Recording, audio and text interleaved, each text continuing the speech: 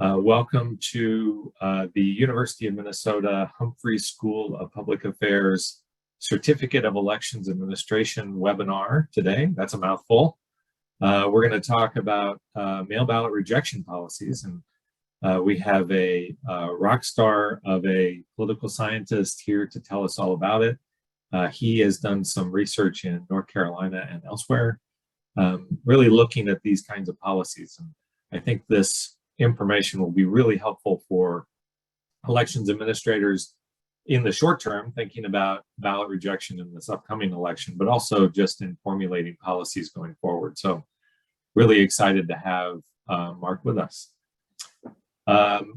Just a heads up that if you want to pose a question, feel free to write those as we go, and I'll sort of curate them for the end of the presentation.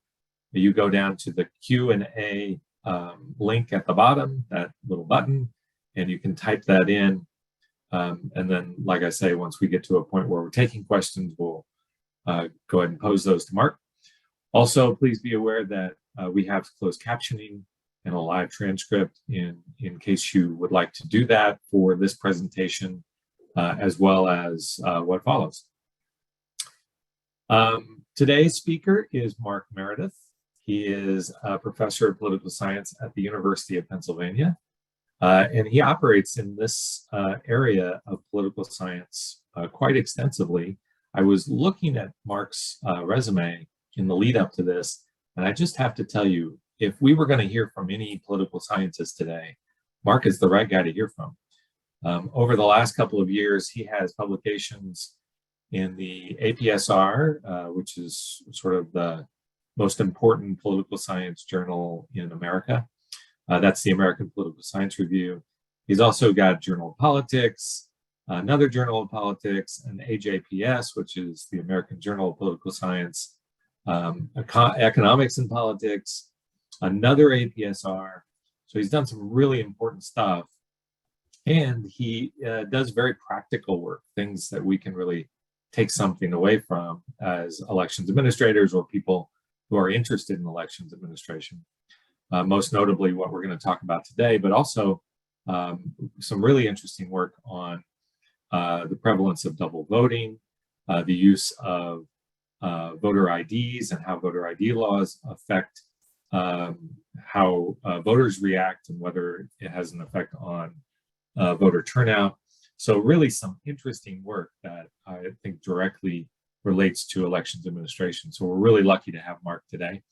Let me go ahead and hand it over to him. He has a slideshow. I will give you a heads up that Marc has a class to teach later on this afternoon. So we're going to lose him at about 40 after the hour. So he's going to talk to us for 20 to 30 minutes, and then we'll open it up for questions. Do hang around, though, because after Marc goes, I am going to talk to you a little bit about the University of Minnesota Humphrey School CEA program, the Certificate of Elections Administration, and some of the really outstanding, interesting classes that are coming up and that are literally in a week, and then also in the winter and spring of next year. So with that, let me hand it over to Marc, and please do include your questions in the Q&A. Marc, take it over. Great. Thank you, Judd, for the very kind introduction. I'm very pleased to be here. I'm from Big Ten country myself originally, and so enjoy, even if it's virtually, being around the Midwest. So what I'm going to talk to you today about is two pieces of research that I've worked on that relate to this question of how do we reduce rejected mail ballots. And let me figure out how I can get these slides to move. Just give me 1 second.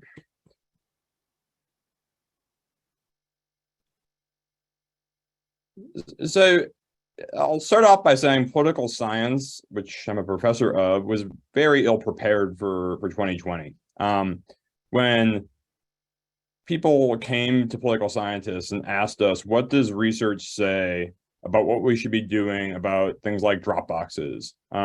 How concerned should we be about the Postal Service or notarization requirements for mail ballots or ballot curing policies? This was not something that political scientists like myself were prepared to give answers to. These are not questions that we were really we had studied in enough detail to be helpful.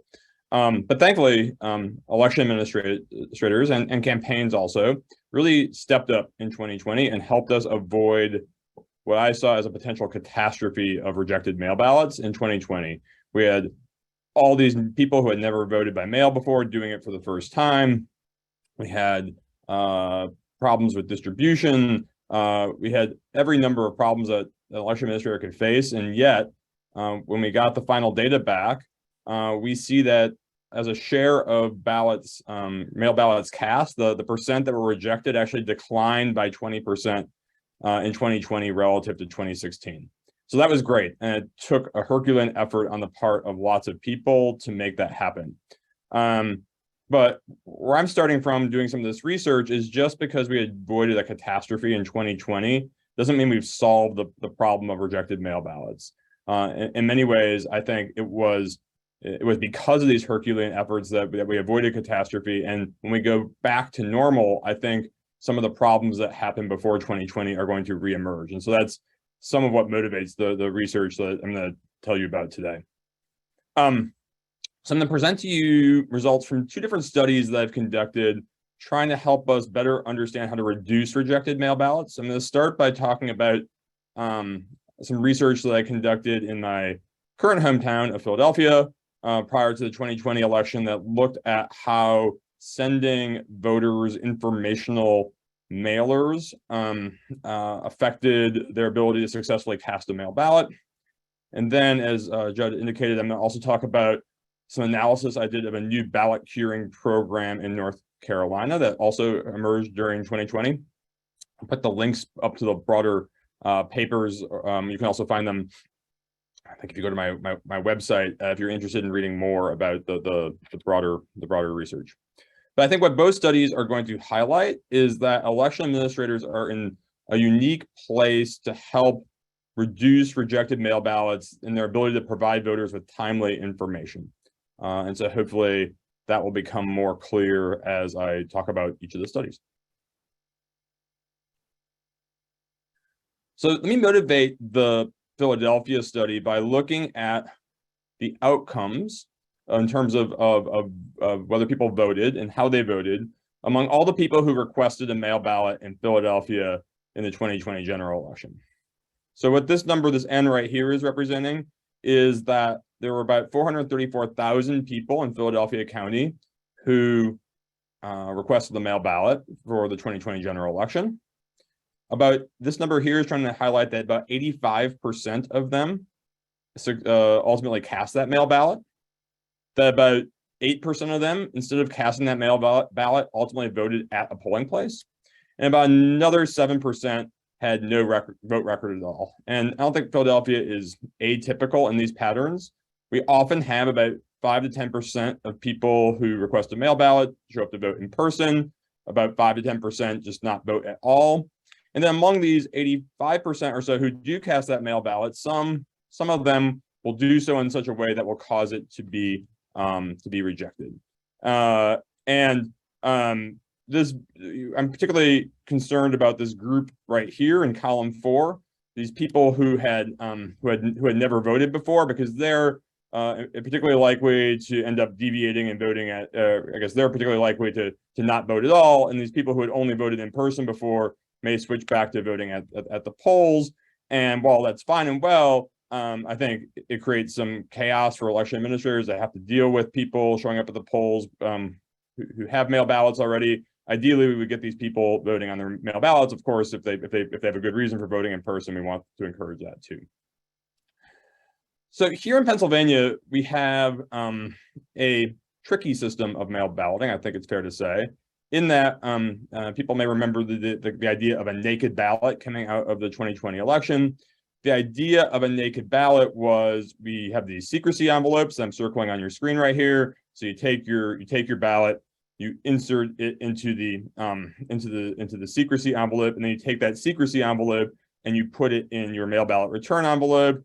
And if you fail to do that, the Pennsylvania Supreme Court ruled in 2020 that means that your ballot must be rejected. You'll see here there's also a place where they're asking for your signature and date on this mail ballot return envelope. I tried to blow it up. It's a little fuzzy. You can get the picture at high enough resolution, but the idea is that you have to sign your name here and put a date here. Sort of accepted that you don't count a mail ballot if someone doesn't sign right here, and it's still a matter of litigation to decide what happens when you don't put a date here. That's a matter of controversy still. So the hope that we had was we wanted to see if we could reduce errors on mail ballots, perhaps by providing information. So we worked with a group at University of Pennsylvania called Penn Leads the Vote, which is a student group interested in civic engagement, to design a mailer that Philadelphia officials could send to mail ballot voters that we hope would reduce their likelihood of casting what political science calls a lost vote, which could be a rejected mail ballot or one that never gets sent to the election official or gets lost in the mail or something like that. And so I'm going to show you the mailer that we came up with. We wanted to draw attention to the importance of placing the mail ballot in the secrecy envelope before placing it in the mail envelope. We want to highlight the need to sign the declaration to avoid not getting it rejected for not having a signature. We were concerned at the time about making references to anything else because policies were so up in the air. There was so much litigation that we didn't want to give people wrong information. So we didn't make any reference to when mail ballots had to be returned by, for example, even though we probably would have if there was more clarity about what exactly that date would be. So here's the mailing that we came up with. That was distributed by the Philadelphia Mayor's Office. It's, again, highlighting the importance of the secrecy envelope, highlighting the importance of the signature, trying to note that if you make marks on the secrecy envelope, that's another, or that's a reason why your ballot could be rejected. So trying to highlight the pitfalls and doing so without a whole lot of text. And I want to compare what we came up with to like a mailer that a colleague of mine just got the other day from a campaign, I believe. Looking at the postal the return address, that this is something that was being sent in 2022. Just noting that this type of mailing is not unique to what we were sending. Lots of people were sending these mailings in 2020. You're still sending them today. My critique is, I think this is a little bit wordy in my opinion. I think from a design perspective, I prefer the aesthetics of the one we came up with to this one. But I think these are things that other people are thinking about too and engaging in to try to help voters. So we ran this experiment where we sent some people our mailing and other people not our mailing among a subset of the people who had requested a mail ballot and had approved as of October 15th, 2020. We wanted to maximize the likelihood that voters would receive our mailer before voting. So we focused our experiment on about 38,000 registrants who had just or were about to be sent their mail ballot, were requesting to have that ballot sent to an address in Philadelphia County.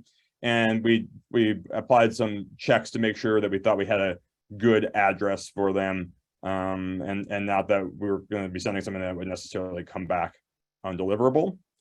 And so I'm going to show you now are a few slides that are just going to highlight the differences we found between the people who got sent the mailing, our treatment set of mail ballot requesters versus the control that we didn't send the mailing, while highlighting that both people in the treatment and the control are probably getting other mailings at the same time, trying to make similar points. So this graph here is showing by date the share of people in our experimental universe who had returned their mail ballots. I think one reason why I think election administrators are in a unique spot to be able to provide information like this compared to, say, campaigns or other people who might have interest in people voting is there's some lag between when we were able to get the information necessary to send this mailing relative to when an election administrator would be able to. So I think we weren't able to get these mailings into people's hands. I think the earliest anyone may have received this based on sort of information we collected while running this experiment was on October 23rd. And by October 23rd, about 30% of the registrants had already returned their mail ballots. So couldn't be affected by receiving our mailing because they'd already returned their mail ballots. One thing though that we see is starting on around October 23rd, we started seeing higher return rates on these mail ballots among the people who got our mailing compared to those who didn't because they were in the control. And sort of at its maximum point, maybe near the end of October, on October 29th, 30th or so, there was almost a 1 percentage point higher rate of return among people who had received our mailing compared to those who didn't. It went back down over time as maybe more time had passed, and some of the people who didn't get our mailing then returned their ballots. But I think the important takeaway from this is that just getting a mailing like this, even though it doesn't make any reference to when the election is per se, or when people should be getting their mail ballots back, does seem to maybe trigger people to think about the fact they have an outstanding mail ballot. And so some people who get this mailing will get their mail ballot back quicker, which I think becomes important for something I'm going to show you in the North Carolina study that I'm going to talk about in a second. So one thing our mailing did seemed to be to make people return their ballot quicker. Maybe some evidence that they were maybe more likely to return their ballot altogether. Although what these longer lines here are trying to represent are our confidence interval, and so the fact that that this black line here is sort of crossing this black line means we don't quite meet standards of statistical significance in saying people were more likely to return their ballots because they got this mailing, although sort of there's some suggestive evidence there about that. So other differences that we see between treatment and control registrants in this experiment, there was slightly lower rates of naked ballots among those who got our mailing. It went down from about 1.1% of the voters in our control to about 1% of those who received our mailings, although that would not meet standard levels of statistical significance. What did meet standard levels of statistical significance in terms of the effect of our mailing is people who got our mailing were less likely to cancel their mail ballot. There was about no statistically significant difference in their overall rates of turnout.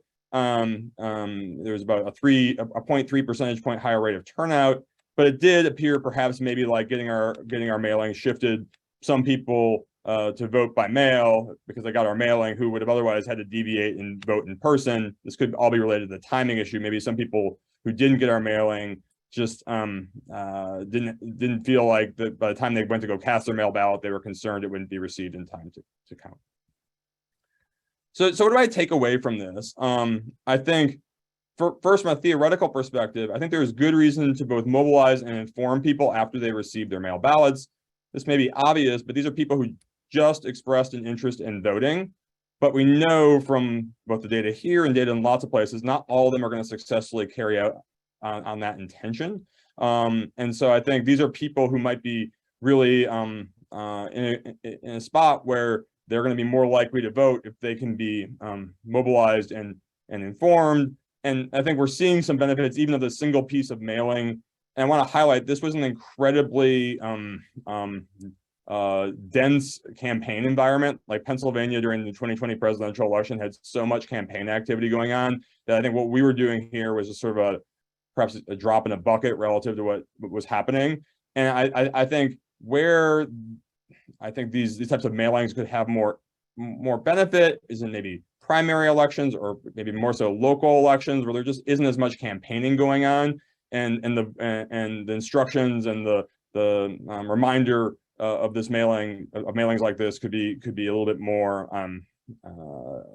salient and not crowded out by other things that are happening. And again, I think election administrators are in a little bit of a unique place to do this. One, because they can apply, they will apply this perhaps to everybody. With campaigns, they're mostly probably going after people who they think are going to vote for their candidate. Whereas I think an election administrator is in a spot to be making sure that people who don't necessarily fit a specific candidate's profile of a target voter receive this information. They can also do it, I think, quicker because they have access to information about who's getting their mail ballots and when in a better way than outside groups. So I think all this speaks to the potential benefits of these mailings for election administrators. But I think what we know is true is no matter how much information a voter receives, sometimes they're going to cast a mail ballot with a disqualifying error. We can't completely avoid that no matter how much information we give voters. And I think one thing I'm very encouraged by is how many states are starting to look towards developing and formalizing a curing process so that voters can take actions to cast a counted ballot after initially casting a ballot with an error.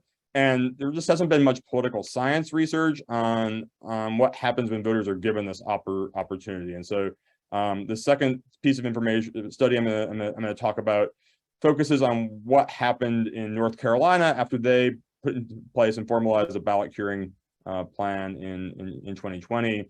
And I think there are a lot of reasons why I think this is a spot where you would especially expect ballot curing to work well. One is just how tightly contested North Carolina was. They had a race that came down to like less than 1,000 votes at the state level in 2020.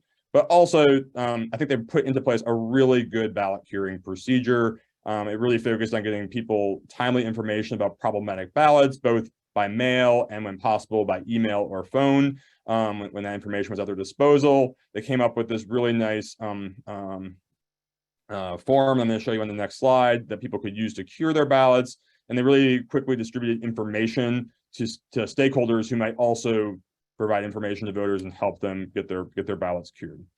And so here's the example, at least from Wake County, which is one of the bigger counties in North Carolina, about how they implemented this this curing process. You can see that they got people information. They could still fix their ballots after Election Day if they wanted to.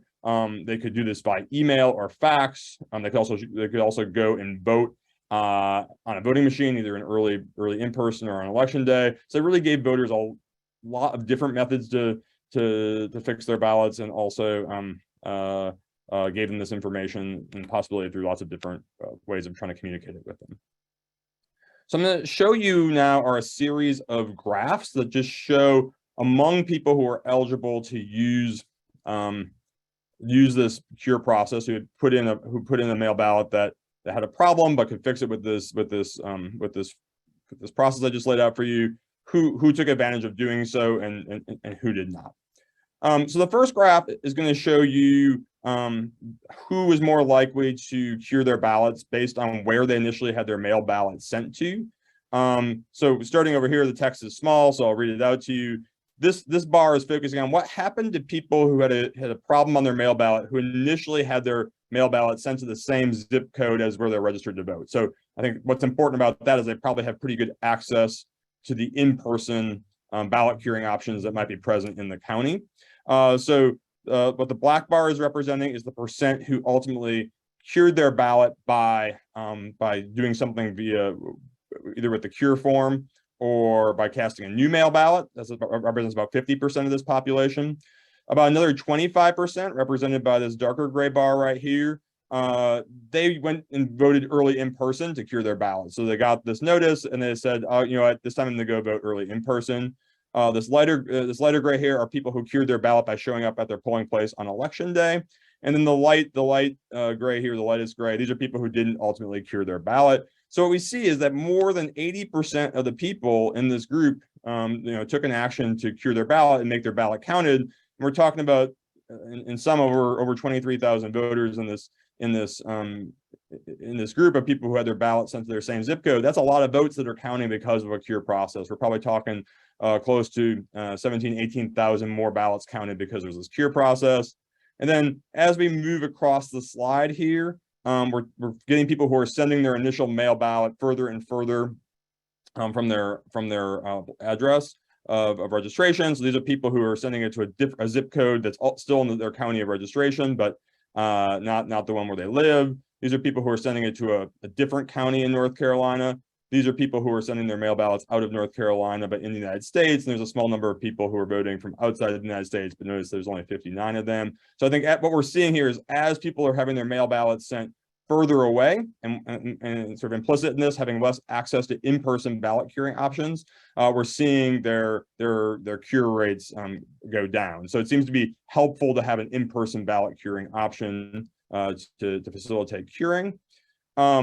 What this graph is showing is from this side to this side, people who return their ballots earlier versus later. So we're starting here with people who had returned their ballot more than a month before Election Day. This is where we're seeing the most ballot curing happening, but it's not going down too much in these two groups. These are people who maybe we're in the early October or late October. And importantly, the people who are in late October, they can still take advantage of both early in-person voting and election day voting to cure their ballots. Then we have people who are submitting their ballots after early in-person voting ends, and we see a decided drop in their rates of ballot curing. And then people who didn't have their ballot processed until after election day, so can only use the cure certification, much lower rates of curing. So again, access to in-person options to cure your ballot do seem important here. This is a little bit complicated, and I really want to leave enough time for questions. So the takeaway from this, I'll just say it, and if people have further questions, you can ask me, is that it helped to have campaign presence in your county focused on ballot curing. But it's not so much that we see huge differences in the rates of ballot curing, it's the mode that people are using to do it. It seemed like the Democratic Party was assisting people in getting to early in-person voting and election day places to cure their ballots if they wanted to through mobilization, and that people took advantage of that opportunity when the campaign was there. This is just highlighting that not everyone was able to be contacted by a phone number, because the State Board of Elections doesn't necessarily have a phone number for everyone. There's not a huge difference, but you do see a slightly higher rate of ballot curing among people for whom the State Board of Elections had a phone number versus people who they didn't. So then to sort of wrap up and take some questions, I think with respect to ballot curing, much like with instructions on mail ballots, these are people who I think theoretically are good people to be getting information in their hands if we're trying to increase the number of ballots counted, because they just put in an effort to cast a ballot. They're interested voters, and I think if interested voters are aware they have a problem that they need to fix before the election, or maybe even after the election, if they want that ballot to count, and many of them will do so, and that's what we see empirically here. That we do see that people were more likely to cure ballots if they had more time to do so, and especially if they had they had in-person options. And what this suggests to me is we often think about the curing process a lot through the lens of how does a voter cure the ballot? Do they have to cast a new ballot versus can they fill out one of these cure certification forms? And there's, I'm sure you get a few more people to cure their ballots if they can do so in a more easy way using these cure certification forms. But it does seem like simply giving people information and maybe having some campaigns there to help them act on that information may be good for people to cure in many cases. So just to wrap up, I think we have a substantial number of people who ultimately don't cast mail ballots that count. Maybe these people are going to request a mail ballot, but then vote in person, or don't vote at all, or return a mail ballot with a problem. And I think, I accidentally put the word given here twice, but maybe that's just to emphasize election administrators are going to need resources to do this. This is not like this is something that's free, either from a cost standpoint or a labor standpoint. Talking to people from North Carolina, some of the county clerks felt a little burdened by this policy just because it added up in their busiest time right before an election. It was adding a lot of additional work, and especially after an election when they were even busier, they had to deal with these cure forms. So this isn't something you can just necessarily do without greater help, and I think that's important to recognize. And then just to conclude, I like working with election administrators and in collaboration. If you have things that you want to know about things that are happening in your state or county, don't hesitate to reach out to me to talk about that, because I think the style of work that I'm showing you here is stuff that I really enjoy doing. So with that, I'll sort of stop the slides and look forward to hearing any questions that people might have. Great stuff, Mark. I really appreciate you making that presentation. And the two studies really work well together from an elections administration perspective. I will take speaker's prerogative and kick it off with my question, which is, what do you think, thinking of it again from elections administration, what do you think about the idea of elections administrators following up a mail ballot mailing by alerting voters that they should get their ballot in? There's always been, that's always kind of been the third rail of elections administration, because it has this connotation that you're trying to encourage something to happen when we're supposed to be the neutral arbitrators. So I'm curious because from an elections administration point of view, you're going to reduce the number of rejected ballots you can't cure because of the time. You're going to reduce the stress on election day because you don't have as many voters there. You can process, prepare these ballots as much as you can under state law prior to election day. So there's all sorts of advantages to getting these ballots in early. But what do you think about the sort of more philosophical issue of whether elections administration should be touching these voters? Yeah, I think that's a good point, which is, I think, whether we want to, be pushing voters to turn out, I think I can see a case for why you don't want to really have these be mobilization messages being like, you should vote. I do think, however, instructions, which go in all mail ballots, can get buried in those mail ballots. You're sort of excited to see your ballot. You open it up, you may not be paying attention to the instructions. And so I think, especially if we're thinking about these as instructions that may supplement and remind people about what they already want to do, I don't have as much philosophical issue with that, because I think we're just taking people who want to vote and making it so they're more likely to succeed. So maybe sticking away from what we would consider more campaign mobilization messaging and just focus on what do you need to do to successfully vote, and leave it at that. I'll just throw out my 2 cents on that. I see turnout as an intrinsic good. So as long as people are legally voting, I think anything elections administration can do to encourage turnout is a good thing. So I don't have a problem with it, but I do understand that perspective. So we do have a couple of questions. Feel free, by the way, to add anything in the Q&A if you're interested in so doing. The first question is from an anonymous attendee who has asked, do you think that people are motivated to cure when the contest is close? And I wonder if this speaks to that slide that you went through very quickly, because we have this phenomenon in Colorado where we will have pretty low cure rates across several counties, and then we'll have one which is really high because we have a close race in that county where the two parties and the candidates are out really knocking on doors.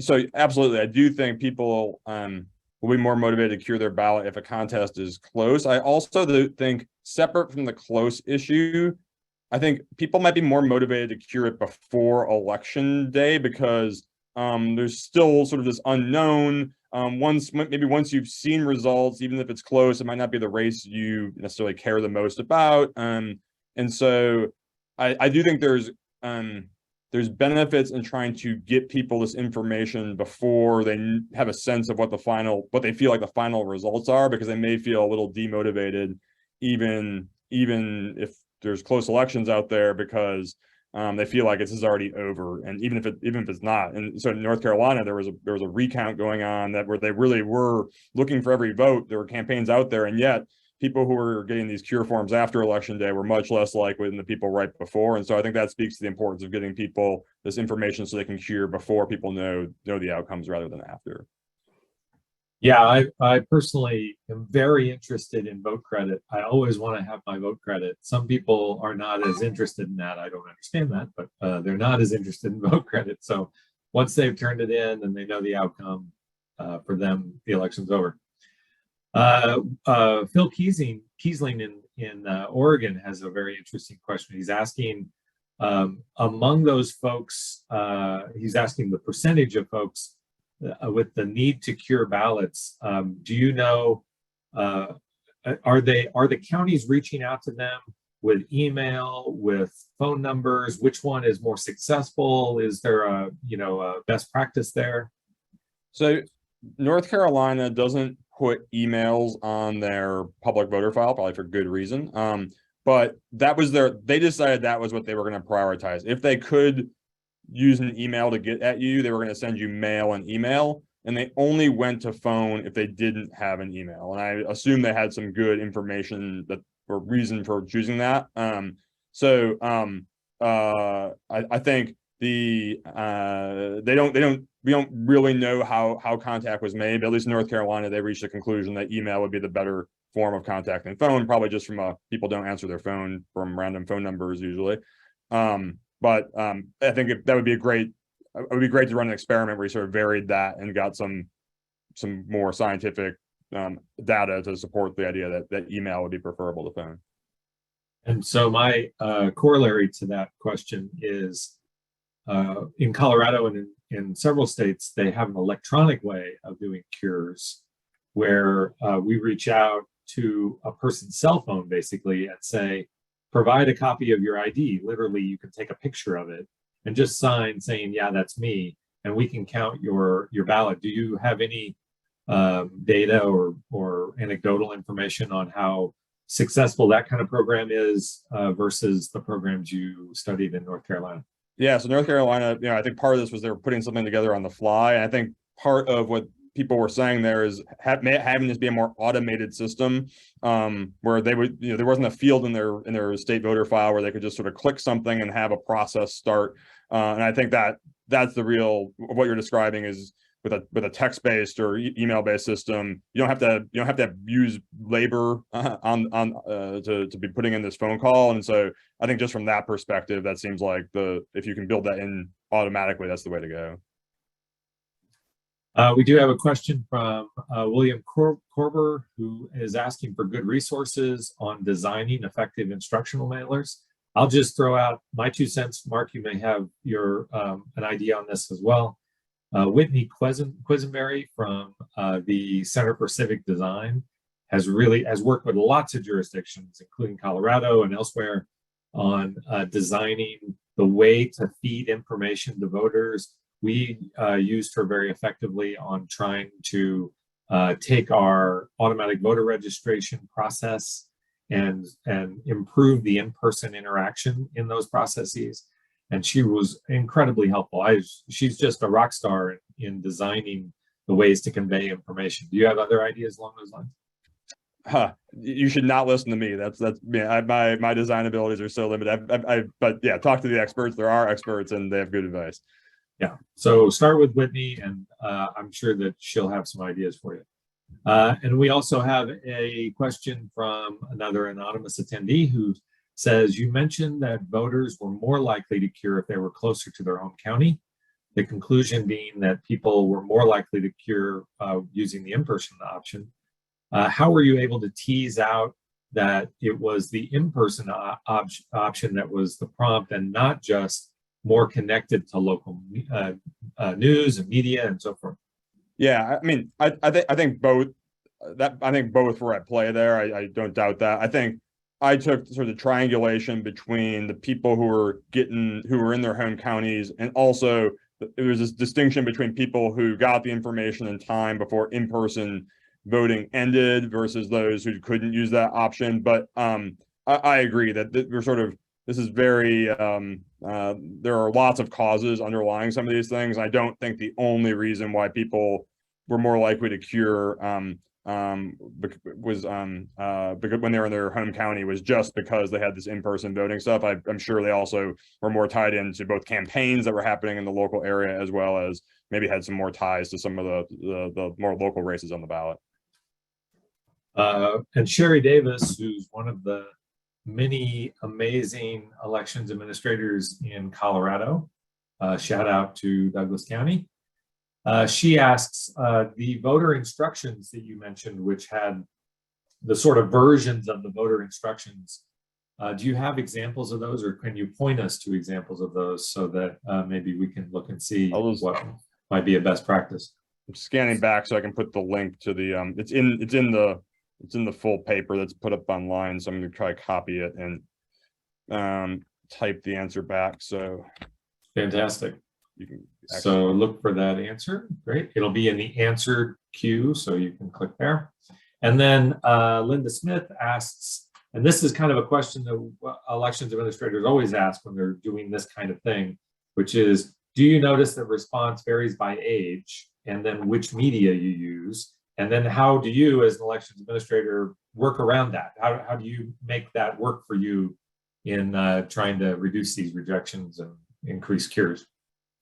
I mean, I know more from the polling side, that there's like these huge differences in response rates for where if you want young people to use text and older people to use phone. And so I would just imagine that has to play out here too. But Yeah.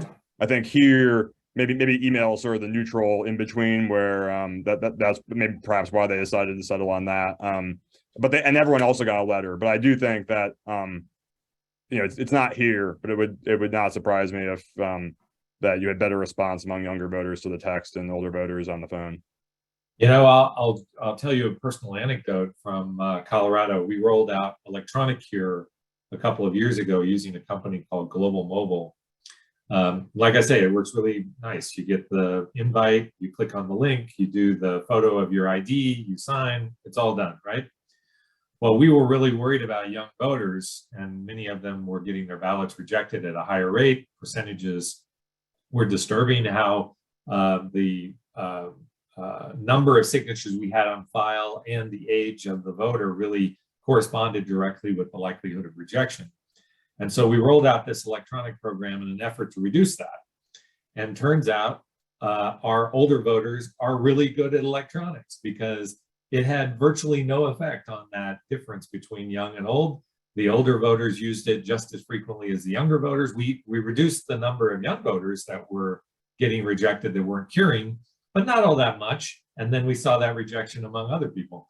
So that was a targeted program. We kind of felt like, boy, we're really going to hit the young voters here, and didn't really help. I mean, it helped, but it just didn't help them in particular. Kind of interesting. All right, well, so, and I think the last question we sort of touched on with Linda's question. So I think we're at the end. I really appreciate your time, Mark. I know you need to run to class. Thank you for taking time.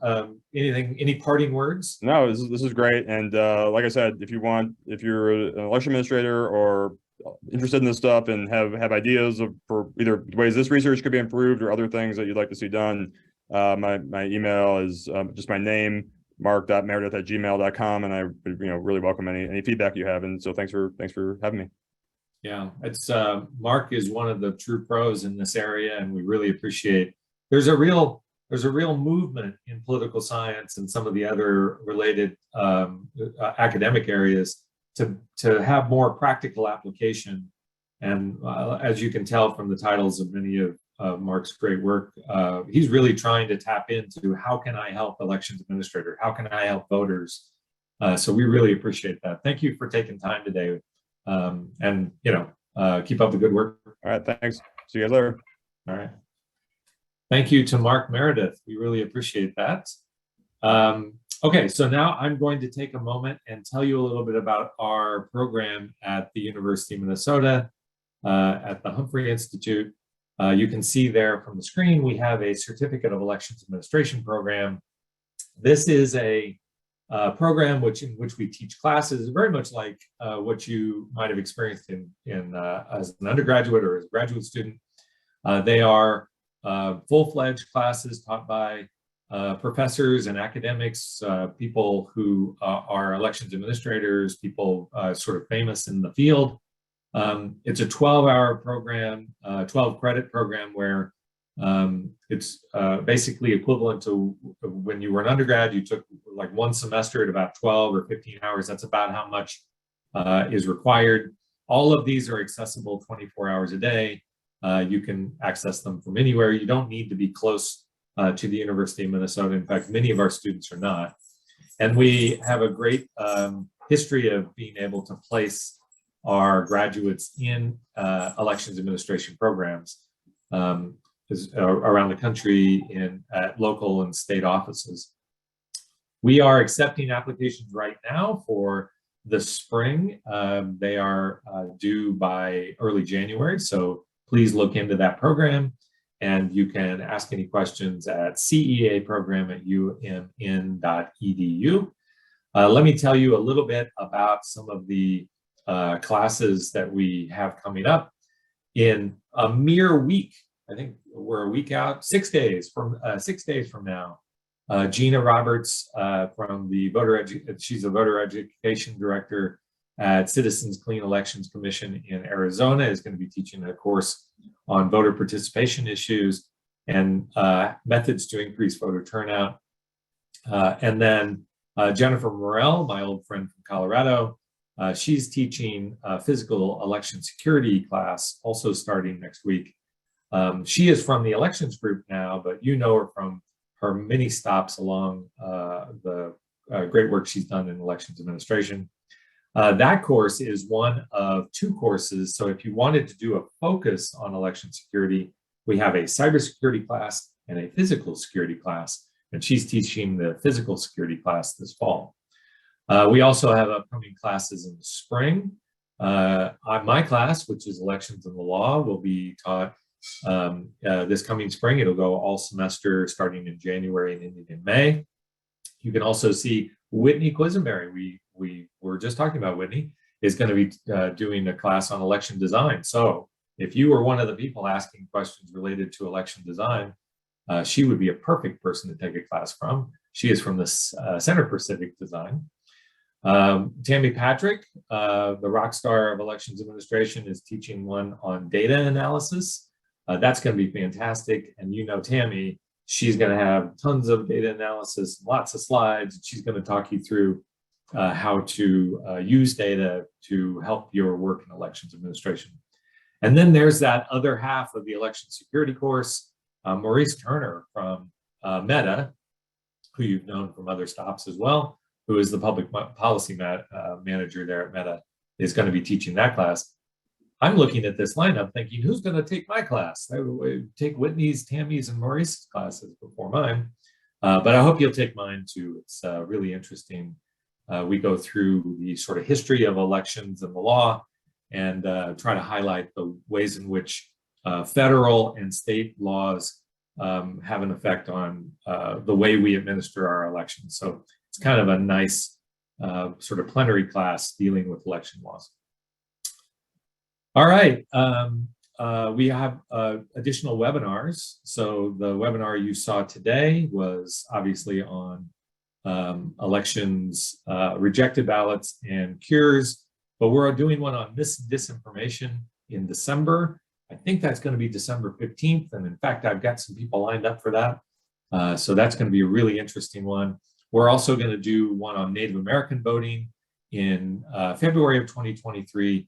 And then Jennifer Morell will be back in April to talk about election audits. She is an expert on election audits, both post-election audits, which we kind of think of now as the kind of audit that most states have, but then also other ways in which you can audit the way you're doing your elections administration, things like signature verification and different processes, maybe voter registration work and the work that's done by local administrators and all that kind of thing. So it's really kind of an exciting topic. It's really a new and growing topic in elections administration.